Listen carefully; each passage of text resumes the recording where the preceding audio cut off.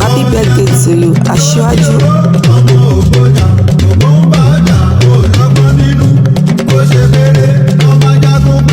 Happy birthday to you, Asiwaju.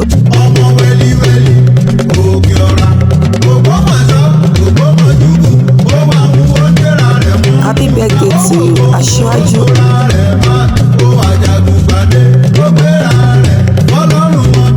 Happy birthday to you, Asiwaju.